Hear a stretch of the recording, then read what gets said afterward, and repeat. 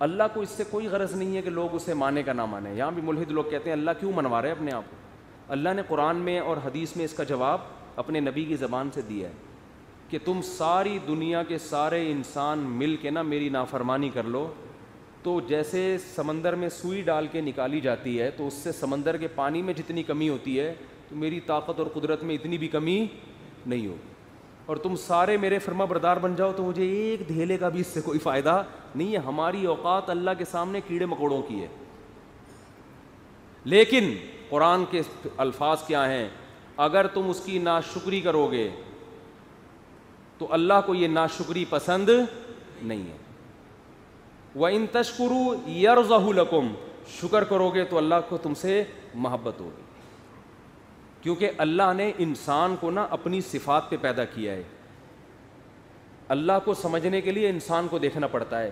انسان جب آپ کی کوئی خدمت کرے, احسان فراموشی نہ کرے, آپ کو خوشی ہوتی ہے کہ نہیں ہوتی؟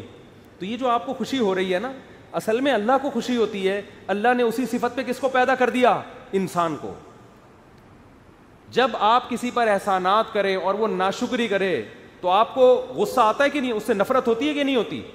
تو یہ جو آپ کو نفرت ہو رہی ہے اس لیے کہ اللہ نے اپنی صفت پہ انسان کو پیدا کیا. ہاں وہ الگ بات ہے کہ اللہ کی خوشی کس طرح کی ہے, اللہ کو غضب کس طرح کا آتا ہے, وہ اس کی صفات ہیں, اس کی حقیقت ہم نہیں جانتے. ہمیں اجمالی ایمان کا حکم دیا گیا ہے کہ اللہ کو غضب بھی آتا ہے, اللہ کو خوشی بھی ہوتی ہے, اللہ محبت بھی کرتا ہے, اللہ نفرت بھی کرتا ہے. کیسے کرتا ہے؟ کما هو لائق بشانہ, یہ اس کی باتیں وہی جانے. لیکن وہ غضب بھی کرتا ہے. بعض لوگ کہتے ہیں نا غضب میں تو غصہ آتا ہے, انسان کی ایک حالت ہوتی ہے, تو اللہ کو بھی ایسے ہی آتا ہے. بھائی اللہ کو غصہ آتا ہے, کیسے آتا ہے یہ ہمیں پتہ نہیں ہے. یہ ہماری عقل سے کیا ہیں یہ چیزیں بالاتر ہیں. تو اللہ کو ماننا بھی ضروری, اللہ کی ماننا بھی ضروری. جب تک آخرت پہ یقین نہیں ہوگا اللہ کو ماننے میں بھی لوگ سستی سے کام لیں گے اور اللہ کی ماننے میں بھی لوگ سستی. اگر ملحد کو یقین ہو جائے نا ایک دن قیامت آئے گی اور مجھے جواب دینا ہے, دیکھو اللہ پہ ایمان لائے گا اور یہ جتنے دلائل اللہ کے وجود کی نفی کے دے رہے ہیں سارے خراب ہو جائیں گے. یہ عجیب بات میں آپ کو ایک بتاؤں, ہمارے ایک دوست الحاد پہ بڑا کام کر رہے ہیں, اللہ ان کی عمر میں برکت دے. بہت سارے سائنسدانوں کے انہوں نے نا اقوال جمع کیے ہیں, انہی گوروں کے. کچھ ایسے جنہوں نے خدا کا انکار کیا, ان کے کیا دلائل ہیں, بڑا شاندار. وہ اللہ نے چاہا تو انشاءاللہ کتاب چھپ کے آئے گی. یہ جو انکار کرتے ہیں نا خدا کا, یہ اتنی بڑی حقیقت کا انکار کر رہے ہیں. دیکھو میں اپنی جیب میں اگر ایک نوٹ ڈالوں, ابھی تو 1 روپے کا نوٹ نہیں آتا, پہلے آتا تھا. فرض کرو میں نے 1 روپے کا نوٹ ڈالا, پھر 2 کا سکہ ڈالا, پھر 5 کا, پھر 10 کا, پھر 50 کا, پھر 100 کا, اور 500 کا, اور پھر 1000 کا, اور پھر 5000 کا. یہ کتنے نوٹ ہو گئے؟ جتنے بھی ہو گئے. فرض کرو یہ 10 نوٹ ہو گئے, ٹھیک ہے نا. ان کو میں نے آپس میں کیا کر دیا؟ مکس کر دیا. اب میں کہتا ہوں کہ ترتیب سے, اب میں نا آنکھ پہ پٹی باندھ کے, یا یوں سمجھو کہ میں نے زمین پہ ڈال دیے یہ نوٹ لے کے, میں نے آپس میں کیا کیے؟ مکس کر کے زمین پہ ڈال دی. اب میں جب ان کو ایک ایک کر کے اٹھاؤں گا, مجھے نہیں پتا پہلے کون سا نوٹ اٹھ رہا ہے. تو پہلے اٹھا اتفاق سے وہ نوٹ جو سب سے چھوٹا ہے, وہ 1 کا نوٹ ہے. اتفاق سے پہلے کون سا نوٹ اٹھا؟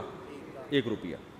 یعنی میں کسی کو یہ واقعہ سنا رہا ہوں کہ یار میں نے ایسے مکس کیا تھا, میں نے جب اٹھایا تو پہلا نوٹ اتفاق سے کون سا نکلا؟ 1 روپے. پھر میں نے یوں کر کے اٹھایا تو دوسرا نوٹ کون سا تھا؟ 5 روپے کا. پھر میں نے یوں کیا تو تیسرا نوٹ کون سا تھا؟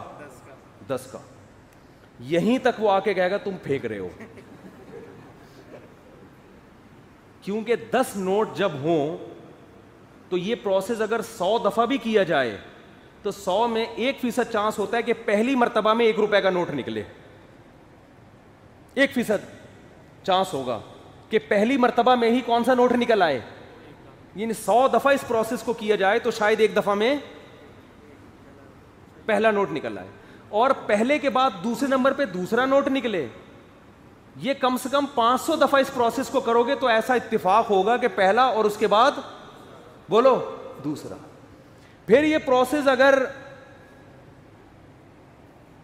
5000 دفعہ کیا جائے تو شاید ایسا اتفاق ہو کہ پہلے نمبر پہ پہلا, دوسرے نمبر پہ دوسرا اور تیسرے نمبر پہ تیسرا. اور تم کیسی باتیں کر رہے ہو, پہلی دفعہ میں ہی پہلے نمبر پہ پہلا, دوسرے پہ دوسرا, تیسرے پہ 10 روپے کا, چوتھے پہ 50 روپے کا, 5ویں دفعہ میں جب نوٹ اٹھایا تو 100 روپے کا, 6ٹھی دفعہ میں نوٹ اٹھایا تو 500 کا, 7ویں دفعہ میں اٹھایا تو. نوٹ کو اتنی ترتیب کا علم ہے کہ میں نے اس ترتیب, اس کا مطلب یہ اٹھا نہیں رہے, نوٹ کو اللہ نے کھوپڑی دی ہے, وہ خود ہی اٹھ کے آ رہا ہے آپ کی گود میں.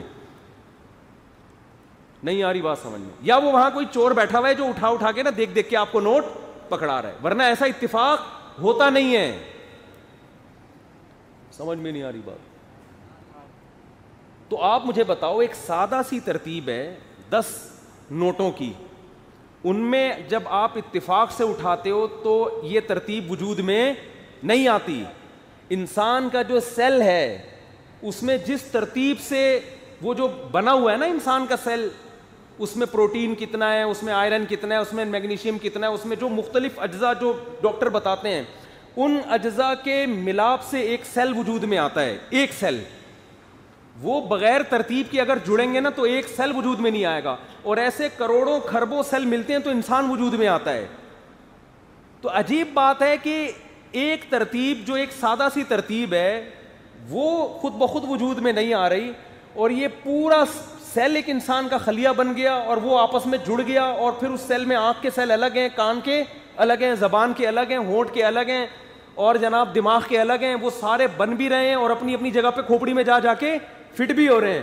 جب یہ پیدا ہو کے آئے, اب میں نے ترتیب سے نوٹ اٹھائے نا, تو ایک آدمی کہہ رہا ہے کہ یار مفتی صاحب کو کسی نے بتایا کان میں کہ یہ پہلا ہے, یہ دوسرا ہے, یہ تیسرا ہے, یہ چوتھا ہے, یہ پانچواں, یہ چھٹا ہے, ایسا خود بھی نہیں ہو سکتا. میں کہوں نہیں, یہ آٹومیٹک خود بخود وجود میں آ رہا ہے.